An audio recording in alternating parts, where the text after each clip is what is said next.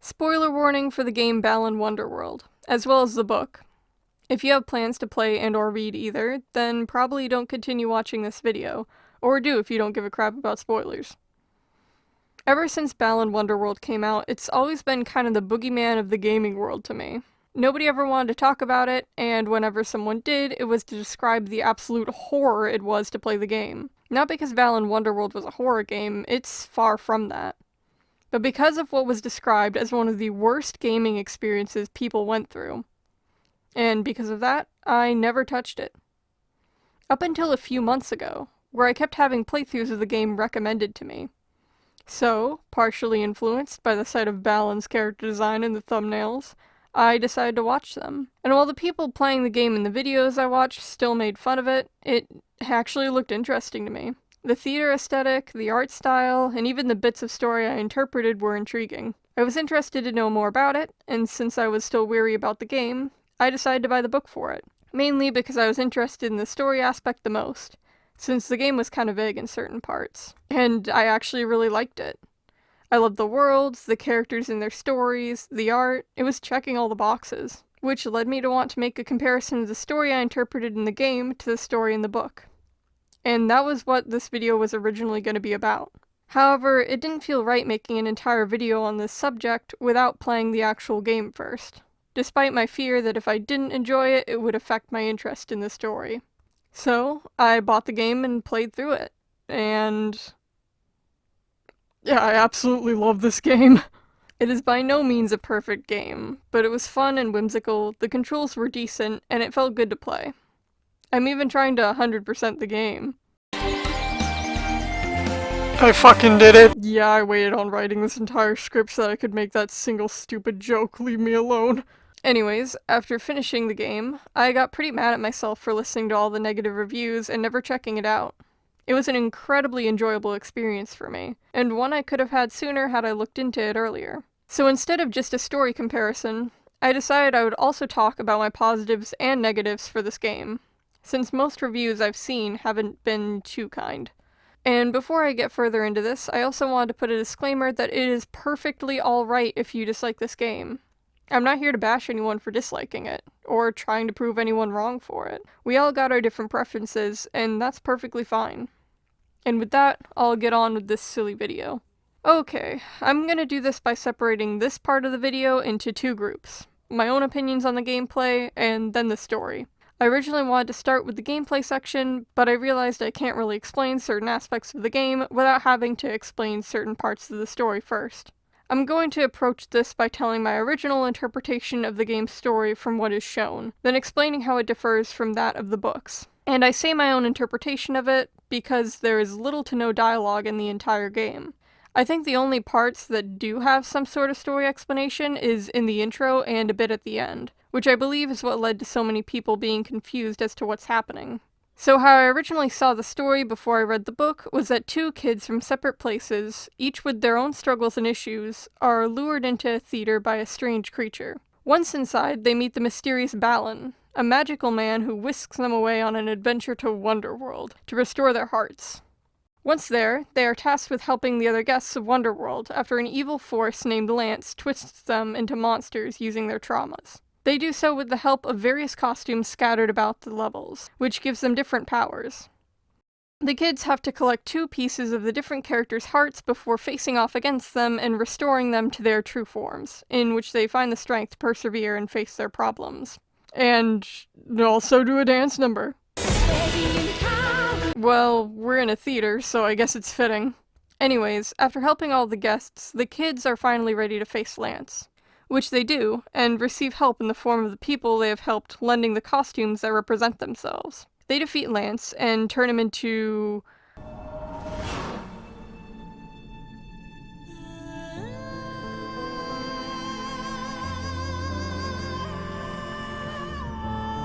a twink, I guess, in which he is immediately banished to the Shadow Realm. With one final dance number, Balan sends everyone off back to where they originally came from, including some heartfelt goodbyes and the reveal that Balan has also been tragically diagnosed with twink. Everyone lives happily ever after, the end. So yeah, That was how I originally interpreted the story. Again, the game didn't have any dialogue other than the start, so I completely get why some people got really confused. As to how that compares with what's in the book, I think I interpreted it pretty decently, at least what the story was at its core. However, the game leaves out pretty massive details that were present in the book. Now, I'm not going to try and summarize the book in its entirety, because I already tried that in previous iterations of the script and it was dry as fuck. Or, I guess even more drier than this video already probably is. Anyways, I'll just be going over the differences in the story between the book and my little summary here, since that's the only way I can think of doing this. I'll also not be going over every single difference, only those pertinent to the story for time's sake, since this is my first time making a video like this, and I feel if I start off trying to edit an hour-long video in this format, I'll collapse. The main lore that the book gives us right off the bat is that the Balan Theater can appear out of nowhere whenever someone needs it, and that everyone visits the theater at least once over the course of their life. However, nobody, not even you yourself, can remember your time in the theater. Cut to one of the playable characters, Leo, or his Wonderworld alias, Streetbeat, who is a street dancer. He dances alone, never feeling the need to join up with others or make new friends, and ignoring any attempts from anyone who tries to do so with him. As a side note, I think that this is the main reason that we have those dance numbers in the game. It's Leo finally connecting with people using a skill he loves. Which this point makes less sense if you play as Emma, since she has different issues and she's not a dancer, I don't think, but I digress. Unlike in the game's cutscenes, he isn't lured to the theater with a Tim, aka the strange creature from before. Instead, he is just compelled by a weird feeling to walk down an alleyway where he finds the theater. And then the story cuts to him in his own level, or Heartworld as they call it in the book. Hey, it's editing me here. I just wanted to say I made a mistake. At least I think I did. I called the stages Heart Worlds, and I looked back in the novel to see if I could find where they said that, and I couldn't find it, so I think I might have been wrong on that one. Just to let you know, if I say Heart Worlds, I actually mean the stages, and if I'm double wrong and it does say that somewhere in there, then I'm extra stupid. He is completely alone on a random city street, where he can dance as much as he wants without tiring. Well, completely alone except for the Nagati, who are creatures that are opposites of the Tims. As a quick explanation, Nagati represent negative emotions, and Tims represent positive emotions. Anyways, Leo has a vision of the funny man and the second playable character of the game, Emma, Wonderworld alias Fighter. Afterwards, he gets a visit from Lance in the form we see once he is defeated. It is explained that Lance basically helps all the guests with whatever they need in their heart worlds, like spawning stuff in or helping them figure out how things work. Also, as a side note, him and Balan always speak in rhyme in the book. I know it's not really important, but I thought it was fun to point out. To save time explaining, and my poor voice, Leo eventually meets all of the other guests in Wonderworld, and they all realize they have been having visions of the same people he saw, with an addition of what troubled them before coming here, which none of them can remember, so it freaks them out. Anyways, once they're all gathered in one place and discussing what to do, Lance comes in and tells them everything. How they weren't originally from Wonderworld, and that they all were miserable in their world. And that Balan and Emma, the people from their visions, are evil and trying to take over Wonderworld and force them to go back to their previous lives. And the only way to stop them is to fight them themselves. He explains that by giving them back their memories, he can use the negativity to change them into something stronger, aka the bosses that you fight in the game.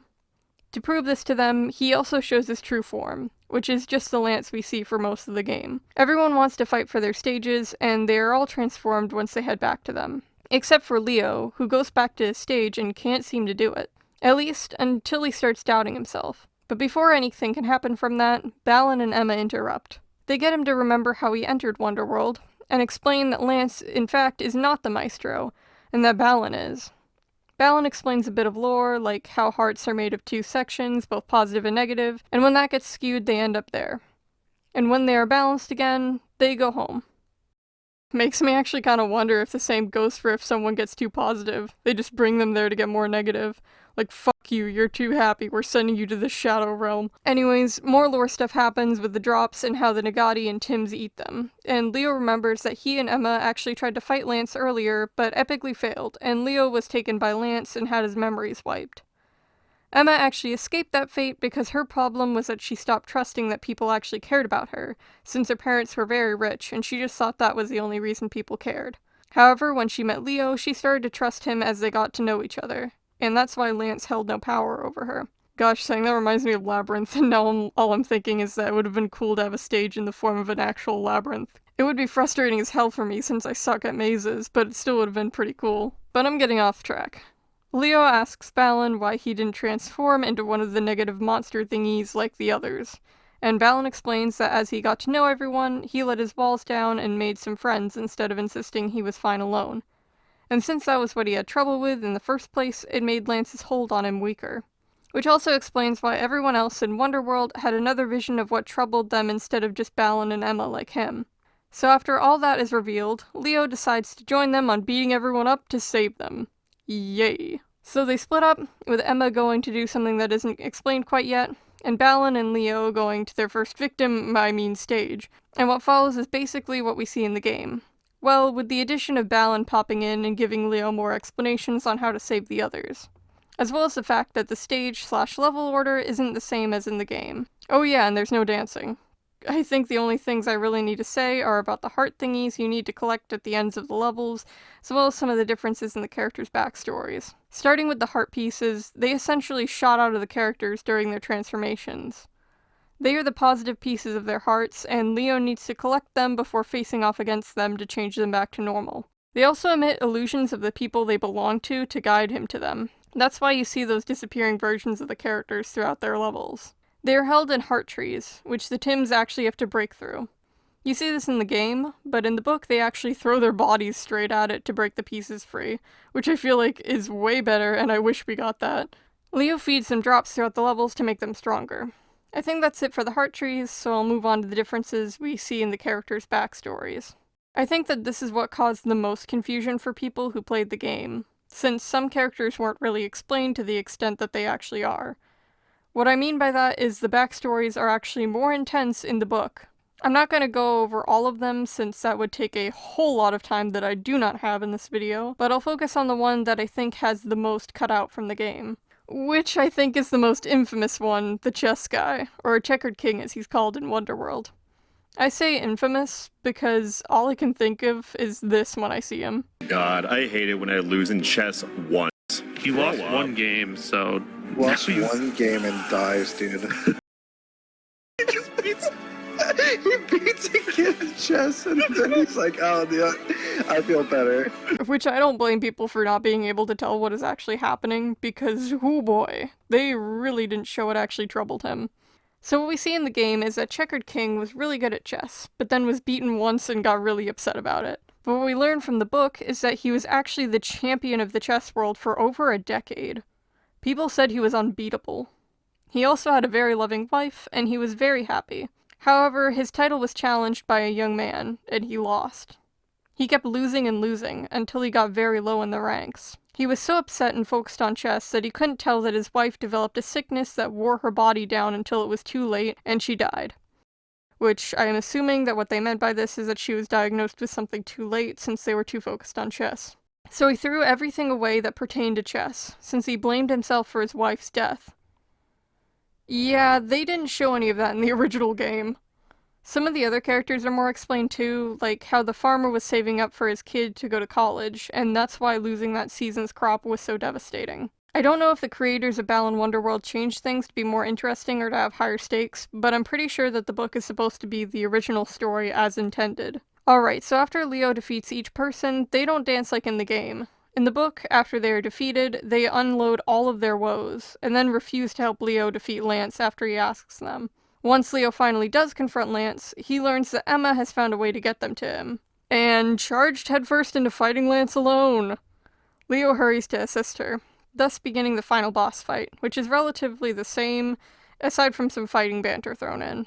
Oh, and apparently Lance uses the Nagati to form his big man form for the final phase by letting him climb all over him, which I think is a way funnier visual than having them fly into him. Once Leo makes it to that final phase and is ultimately destroyed, the other people he's helped spring into action in their own costumes, which makes Lance angry and bitter that they're all turning on him, which they do defeat him, causing him to revert back to his Maestro form. As he fades away, he says that all he ever did was love them all, despite what they may think. Anyway, blah blah blah, they all go home happy. Fuck Lance, I guess, Lamau. Except guess what?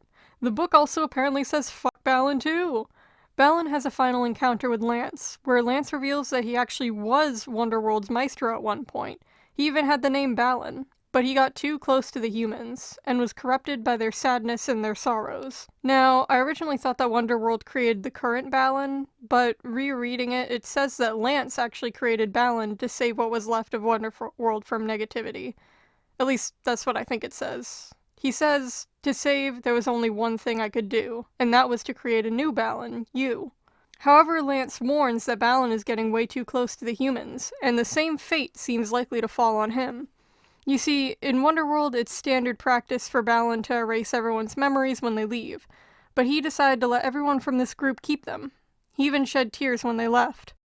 Lance, with a sad smile, proclaims that it was too late for him, and now it's too late for Balan. So yeah, Balan doesn't get a happy ending here. He essentially learns that he is royally screwed. But anyways, everyone else gets a little afterwards blurb on how they're doing and how they found each other after their time in Wonderworld. It's pretty similar to the credits sequence at the end of the game, with more context. The only thing I'll touch on is the fact that people can enter the Wonderworld at different points in time, yet still end up there together. For example, someone can enter into Wonderworld a few years before someone else, yet they can still be there at the same time. But since Wonderworld spits them out at the time they entered, they'll still be a few years apart. Hopefully I explained that at least semi-okay, because that leads to the last point I want to talk about that was the biggest thing that shocked me in the book. And that is that the same kid from the clock tower level in the game, and the girl playing the role of princess at the amusement park the clown dude fell in love with, are the same fucking person. I swear, I was not expecting that, so all you could hear if you happened to pass by my room at that point was repeated "what the fuck" over and over again. I actually thought the book was making stuff up at that point, so I looked at both characters and yep, they're the same person. They even have the same fuck-ass giggle. Anyways, the story ends with everyone reuniting with Leo at the end. Yay, everyone's happy. I can't think of anyone who is potentially suffering right now. Woo! Okay, I got through all of that. Sorry if it was a bit messy, it's my first time trying to condense a story down to this extent. If I had more time, I would explain it in further detail. Who knows, I might down the line. But for now, I don't want to edit a 3-hour-long video for my first longer video where I constantly talk, I guess. I don't know what else to call this mess. Anyways, on to the second part of the video, where I throw my own unnecessary opinions on the game into the mix. I'll start with what I love about the game, since you don't hear too much about that from people. I love the different level designs. They're so pretty to look at, and I feel like they fit their respective characters really well. One of my favorites is the divers level. I like how they went with a more oceanic ruins type vibe instead of something like scattered islands connected together. Nothing wrong with that type of level design, but it is used quite a bit in different games, I feel like. Even with levels that have a similar premise or setting, they still feel vastly different.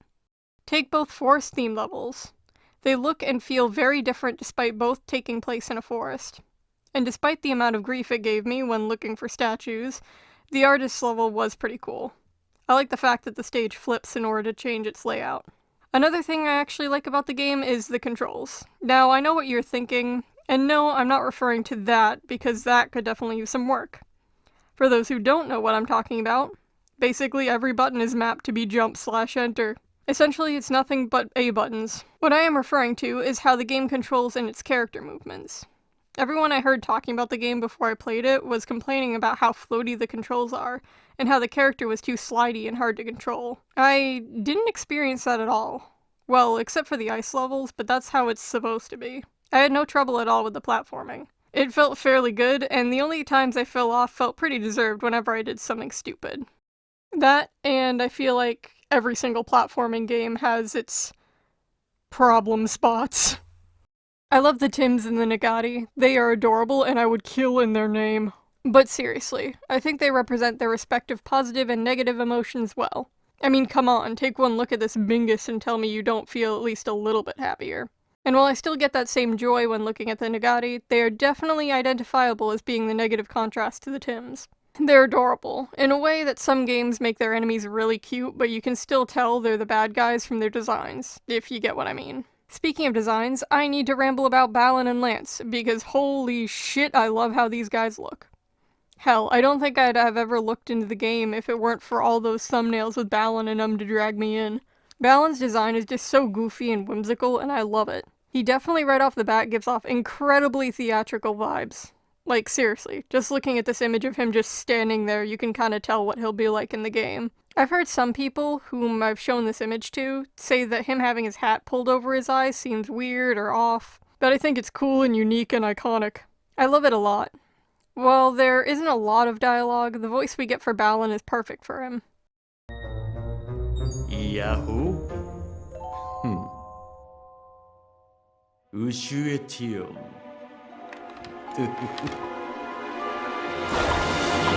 Emo Kuryu! Same goes for Lance. That fuck-ass laugh he gives in the game fits him perfectly. Nose!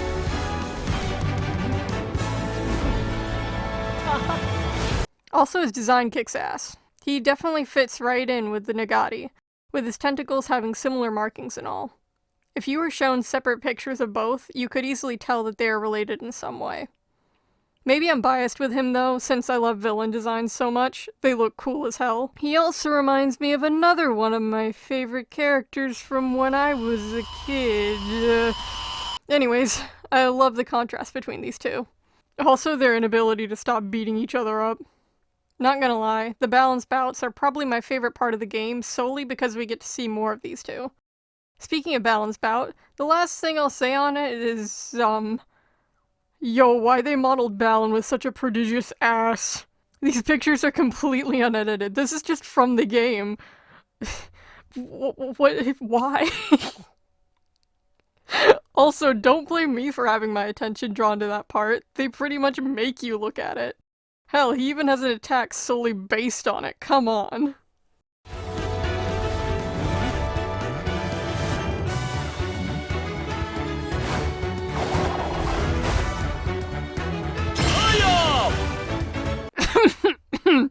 Moving on. Ooh boy, time to talk about one of my favorite aspects about the game. Its music. I love this soundtrack so much. Hell, one of the things I did when I bought the game is that I immediately bought the soundtrack too. Even though I didn't know yet if I would like the game, I already knew I still wanted the soundtrack. It just sounds so theatrical and whimsical. I don't really know how to describe it. It just itches my brain in all the right places. If there was ever a record made of the Balan Wonderworld soundtrack, I'd jump on that so fast you wouldn't even know. The only thing I'd have to add my 2 cents in about it is the song Stronger. It's the infamous funny song that plays during this cutscene, and a few others. It sounds pretty silly during the cutscene, but I listened to it again on its own without it, and it actually sounds a bit less silly without the funny characters dancing around. I think what kind of throws people off about some of the music is that it's sung in the game's fictional language. Basically, whenever someone enters Wonderworld, they speak a language known as Balinese. This is so that if there are 2 people from different parts of the world in Wonderworld at the same time, they will be able to communicate. Basically, no language barriers. So it may sound a little off to people listening to it, especially since, according to the wiki, it's just reversed English with some Japanese thrown in, so I can see where it throws people off sometimes. If that info is wrong, don't blame me, blame the wiki. Funnily enough, there are 2 versions to the song Wonderworld, both in Balinese and in English. After listening to the first one, and then hearing it in English later, I think it actually threw me off even more to hear English spoken at all in Balan Wonderworld. I think my favorite out of all the music in the game is the boss themes. Funnily enough, those are typically my favorite tracks when it comes to video game music in general. The one I like the most is Bartholomew's theme, the first boss. Specifically for this part.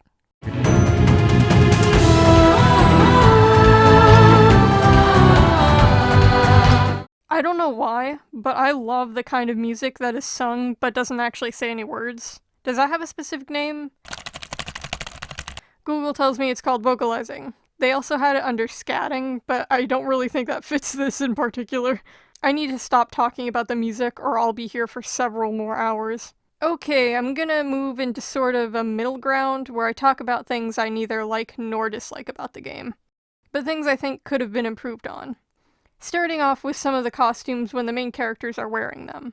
To preface this, I don't actually dislike any of the costumes' original designs. I think they're quite cute and fit in with the theming very well. It's just when the main characters acquire and wear some of them, they can look a little off.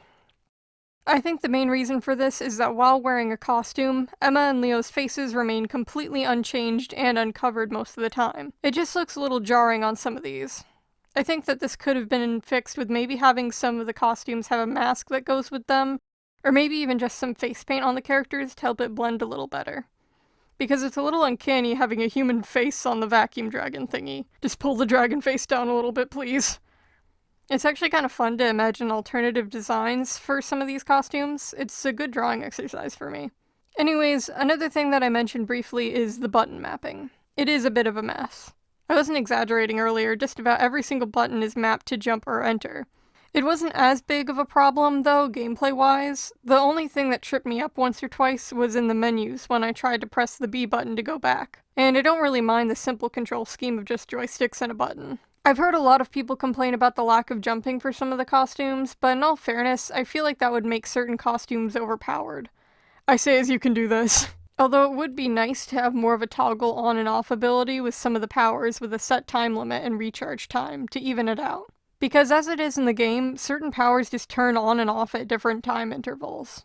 With things like the invisibility costume, it's less of a thing to worry about, but with something like the cheetah costume, it can get a bit tedious to wait every single time you need a speed boost. Same with the lantern costume, although you don't really use that costume a whole lot.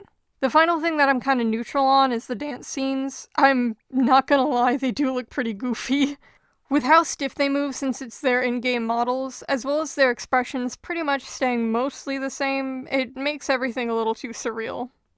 No shade to whoever animated them. It's just a very strange juxtaposition when compared to the fully rendered and animated cutscenes. I think they would be a bit less silly looking if they were also animated in this way too. Now, I don't really know what the full facts are for those cinematic cutscenes, not for lack of trying, but I have heard multiple sources say that the regular cutscenes were added in later when beta testers were confused on what was happening in the game. I don't know how true that is, and I can't find anything confirming or denying that either because I'm looking in the wrong place or I'm an idiot and I missed it. If that is the case, then the dance scenes may already have been animated and added, so I can't really blame them for not going through the trouble of replacing them. I also am not a 3D animator, and I am just learning how to do 3D modeling, so I do not know what time limits or budgets they were working with on that, nor how easy it would be to replace those animations. I'm assuming that would be quite a hassle. Okay, on to the final thing, and these are my negative thoughts on the game. I actually don't really have any on the main game portion, which by that I mean completing the game up to its story's end. These are all aimed at the extra bits of the game they give you. Starting off with how difficult it is to get all the rainbow statues. Holy crap! To be completely transparent, when I set out to 100% the game, my rule for statues is that if I spent enough time on a level searching and couldn't find any more, I would consult a guide. I was able to find a lot of the gold statues no problem by myself, with a few hiccups here and there. I'm looking at you, Escher level. But the rainbow statues? Don't even get me started. It was practically necessary to use a guide for those. One of the most egregious examples was that one or two of them were literally inside a wall, and you had to use a stronger vacuum costume to get it out. Now listen, I know there are costumes like X-Ray Ape that let you see the locations of drops and other hidden goodies, but the thing with me is that if I spend too long looking for something, I can get caught in a loop of looking in the same places over and over again. Combine that with the radius limit on the costume and you've got a recipe for disaster. It took me so long to find those things.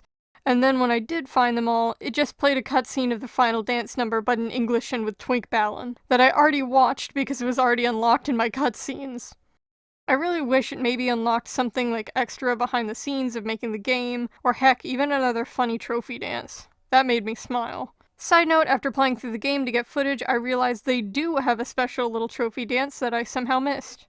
You have been absolved of your sins, game. That makes up for this point. The other thing I had a big issue with was turning on hard mode. For those who don't know, it isn't some game option you can change in a menu or something, no. How you have to get into hard mode is to basically just get good at the game. The things I've seen that have told me how is to just basically beat a bunch of enemies without getting hit, or it'll restart your progress on getting into that mode. This took me a while, and the lanced enemies were the final achievements I got. Basically, before I knew about this method, I was just waiting for enemies to respawn in different places. Not once did I get into hard mode that way. It's essentially just doing a loop on level 6 Act 2. It saved me so much time and pain, you have no idea. On the plus side, because of this, Balan Wonderworld became the first game I think I've ever 100%ed. So hell yeah. Alrighty, I think that's all I had to say on that. My final thoughts are personally, I really like this game, and I don't think it's bad. One of my running theories for why people had such an aversion to this game is that they had high expectations concerning what games Square Enix came out with at the time. And when it didn't live up to the hype or the expectations, people got angry and/or upset. Maybe in that sense I'm unbiased, since I've never played a Square Enix game aside from this one. At least I don't think I have. So playing this, I had zero expectations aside from the bad ones that people placed on it. So when it actually wasn't that bad, I really enjoyed it. I definitely don't think that that's the only reason people didn't like the game, but I think it might be a pretty big one. I think the story is absolutely wonderful, and it's a shame it wasn't really explained well in the game. I love the concepts introduced, and I'm saddened that it didn't do well. This game has quickly etched out a place in my heart, and I love it to bits.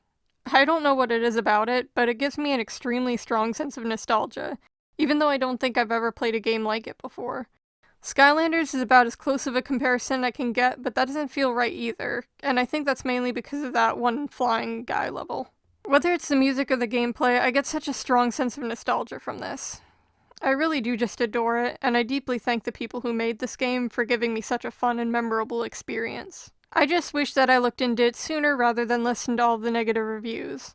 Typically, whenever I watch, play, or read a piece of media, I judge it now based on how much I enjoy it, and I found a whole lot of things I love because of it. I made this video in part as both a love letter to the game, as well as a warning to maybe not place all of your judgment on the views of others without looking further into it yourself. I'm not saying to completely disregard what others say on things, but you could possibly miss out on a lot of things you otherwise would enjoy if you put too much stock into it. Anyways, I think I've talked everyone's ears off enough. If you're still here after all of that, thank you for sticking with me. I hope you enjoyed this video, as it is my first time attempting this sort of thing. If you have any tips or critiques, please feel free to share, because I would love to do something like this again. Thank you, and I'll hopefully see you again here. Alright, now dance me away, mini golden Balan statue.